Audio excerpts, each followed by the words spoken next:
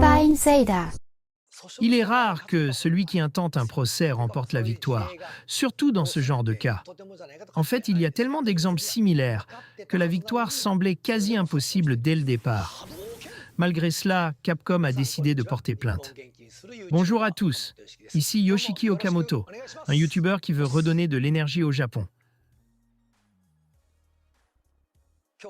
Aujourd'hui, je vais vous parler de l'époque où nous avons intenté un procès contre un jeu qui ressemblait beaucoup à Street Fighter 2. À cette époque, Street Fighter 2 faisait un carton et les salles d'arcade étaient pleines de ce jeu. Ce succès a conduit l'industrie du jeu à vouloir des titres similaires, car les utilisateurs eux-mêmes les réclamaient. Ainsi, de nombreux jeux ressemblant à Street Fighter 2 ont vu le jour.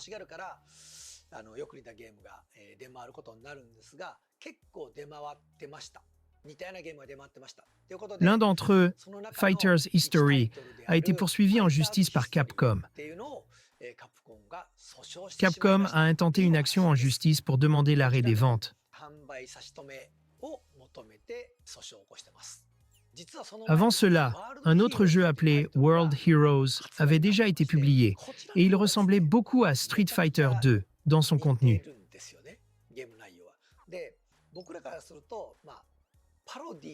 Pour nous, c'était plutôt une parodie. Et au sein de l'équipe de développement, on en riait en pensant que c'était assez amusant. Mais en termes de similarité, World Heroes semblait être encore plus proche de Street Fighter 2. Donc, logiquement, si Capcom devait poursuivre quelqu'un, World Heroes aurait dû être le premier. Pourtant, c'est Fighter's History qui a été poursuivi, et c'est ce dont je vais parler aujourd'hui, en incluant certaines rumeurs de l'époque.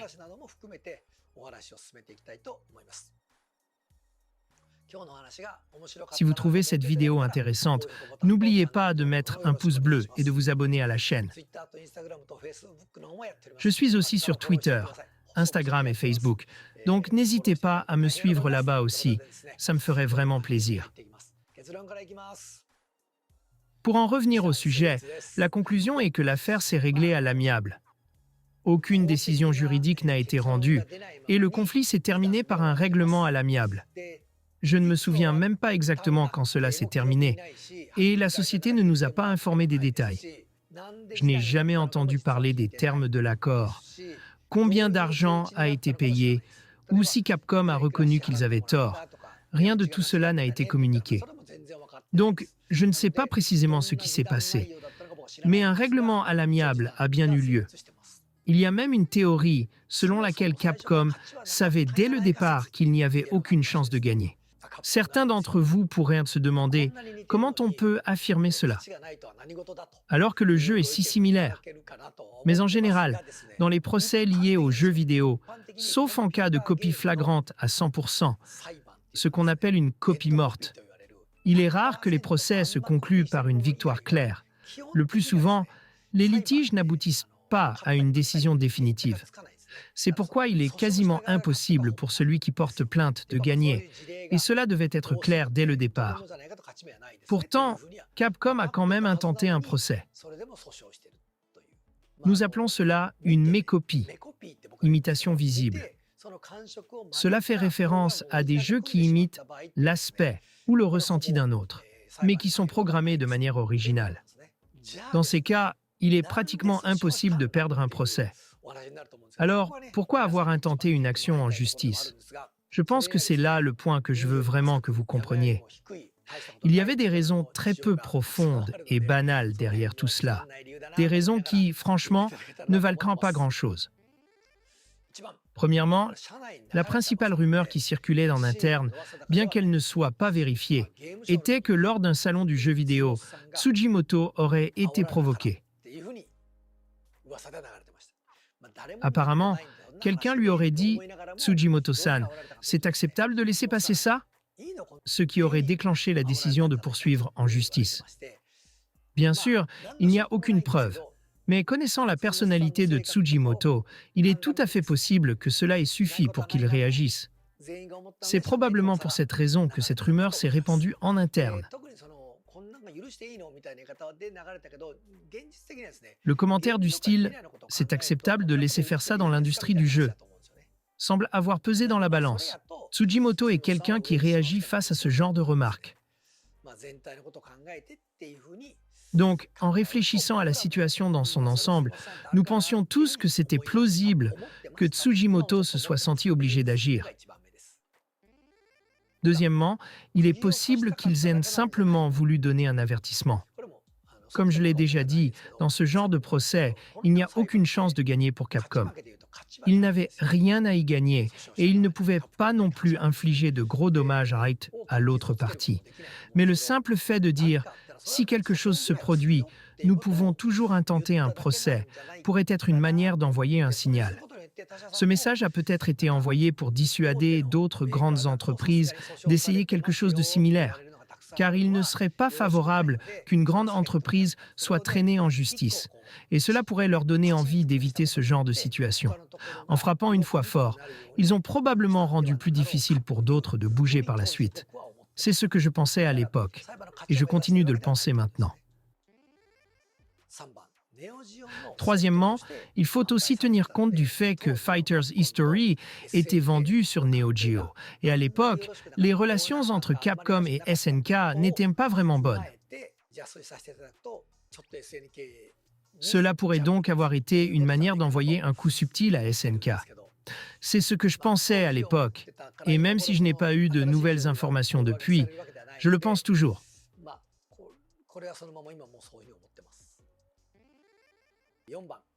Quatrièmement, Capcom avait déjà atteint son objectif dès qu'ils ont obtenu l'interdiction de vente.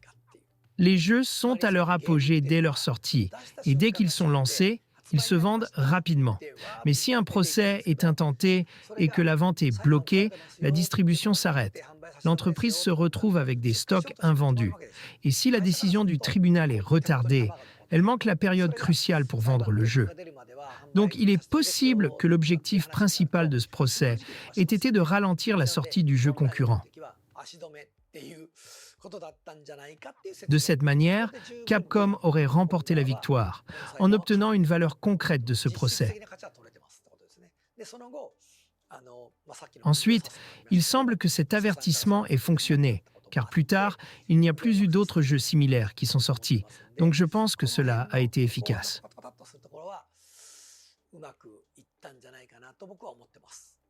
Maintenant, passons aux coulisses du procès.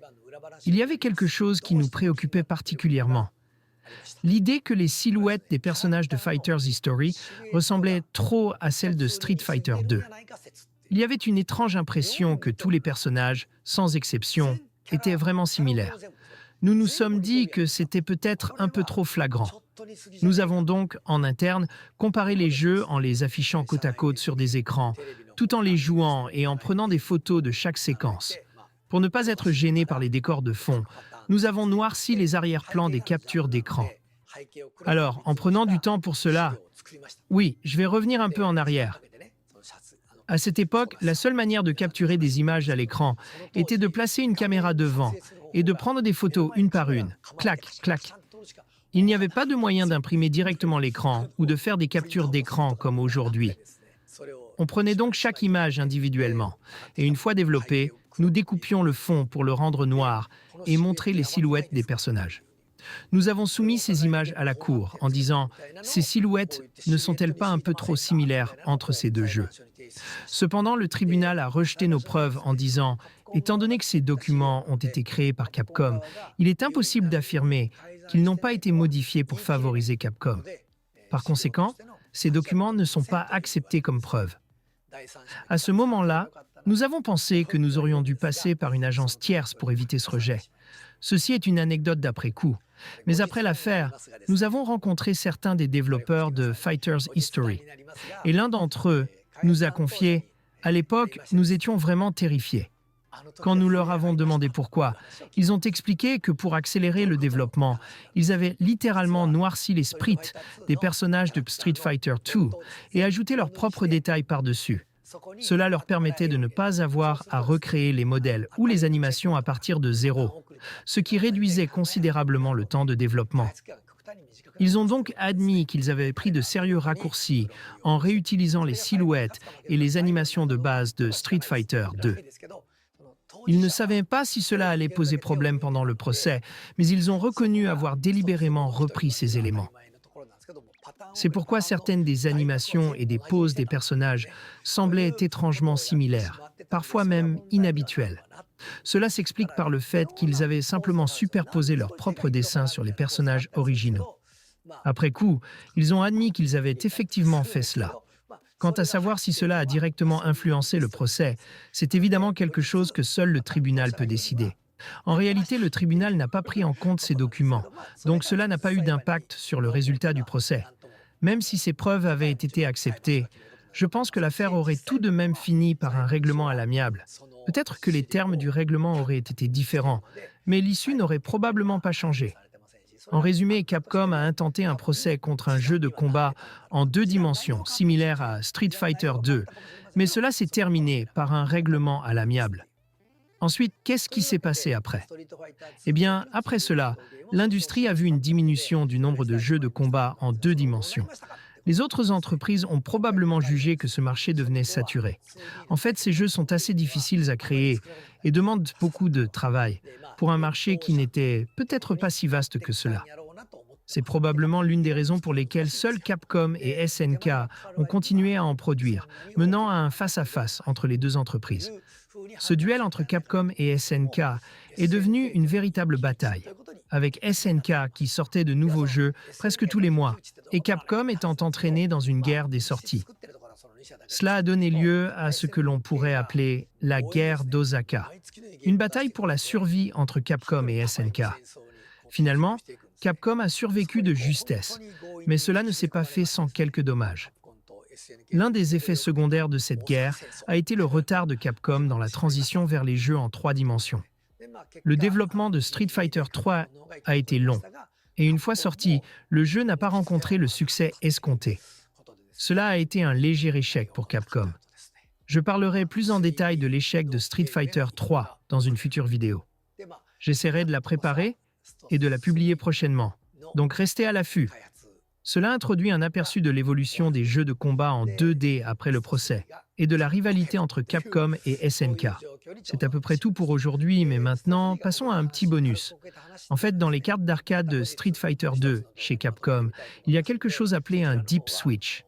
Ces Deep Switch servent principalement à ajuster des paramètres comme le nombre de pièces ou le niveau de difficulté, mais ils sont aussi utilisés pendant le développement pour entrer en mode test. En gros, en bidouillant ces interrupteurs sur la carte de jeu, l'écran change et vous pouvez ajuster des choses comme la taille des zones de collision des personnages.